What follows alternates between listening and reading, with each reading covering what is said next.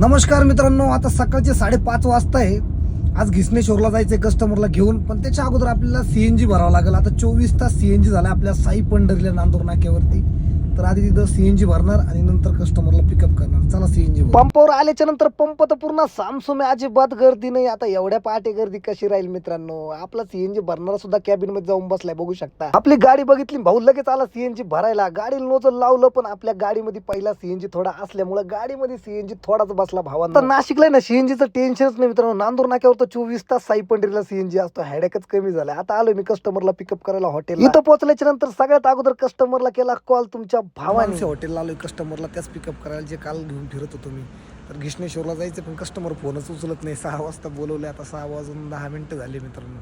Customer 6 वाजता बोलले, 6:30 ला आले मित्रांनो. 6:30 वाजता पिकअप केलं ना. अगोदर अमृत तुल्यला घेऊन आलो. सकाळी सकाळी चहा पिला ना, एकदम फ्रेश मूड होऊन जातो. त्याच्यामुळे म्हटलं आधी चहा महत्वाचा आहे, कस्टमरला पण प्यायचा. त्याच्यामुळे मी पण पिऊन घेतला. चहाची टेस्ट पण एक नंबर होती बरं काय. मालक अमृत तुल्य, म्हटलं क्या बात यार. सकाळी सकाळी चहा पिऊन डायरेक्ट समृद्धी महामार्गाला लागला तुमचा भाऊ. पहिला समृद्धीचा टोल नाका लागला ना भावांनो, बघू शकता. टोल नाका क्रॉस केला आणि दिवस थोडासा वर निघला. आपण इतकं भारी वाटत होतं मित्रांनो सकाळी सकाळी. क्या बात आहे यार. समृद्धी महामार्गावरती गाडी चालवायची थोडी मजाच वेगळी, पण झोप येते मित्रांनो सरळ रस्ता असल्यामुळे. आता फायनली तुमचा भाऊ पोहोचलाय घिसनेश्वर या ठिकाणी. घिसनेश्वर मध्ये पोहोचल्याच्या नंतर म्हटलं चला आधी पार्किंग बघू. पार्किंग मध्ये तुमच्या भावाने गाडी लावून दिली. कस्टमरला केलं ड्रॉप. कस्टमरला म्हटलं तुम्ही दर्शन घ्या, मी थोडं फेर फटका मारतो. मग काय तुमचा भाऊ निघला पायी पायी. पण अचानक तुमच्या भावाचा झाला ना मूड दर्शनासाठी. मग काय डायरेक्ट मध्ये घुसलो शॉर्टकट मध्ये आणि डायरेक्ट लाईन मध्ये आला तुमचा भाऊ. म्हणजे कस्टमरच्या अगोदर पुढे आलो ना भाई. बघू शकता तुम्ही किती पब्लिक आहे इथं. मस्त लाईन लागलेली आहे, पण किती मोठी लाईन असली ना, अर्ध्या तासामध्ये आपलं दर्शन होणार आहे. एक जणाला विचारलं, तो म्हणे भाऊ चिंता नका करू, पटकन दर्शन होईल तुमचं. आणि ह्या मंदिरामध्ये एक नियम आहे, शर्ट काढल्याशिवाय आतमध्ये एंट्री मिळू शकत नाही. मग काय तुमच्या भावाने पण शर्ट काढलं, पण आता तो व्हिडिओ दाखवू शकत नाही, फुल चरबी आपल्या अंगावर मित्रांनो. फायनली मंदिरामध्ये एंट्री भेटली तुमच्या भावाला. दर्शन इतकं चांगलं झालं, म्हणजे पिंडीला हात लावून दर्शन घेतलं. और क्या चाहिए मेरे भाई. शर्ट घालून तुमचा भावाला बाहेर, म्हणजे उज्जैन आणि त्र्यंबकेश्वर पेक्षा सुद्धा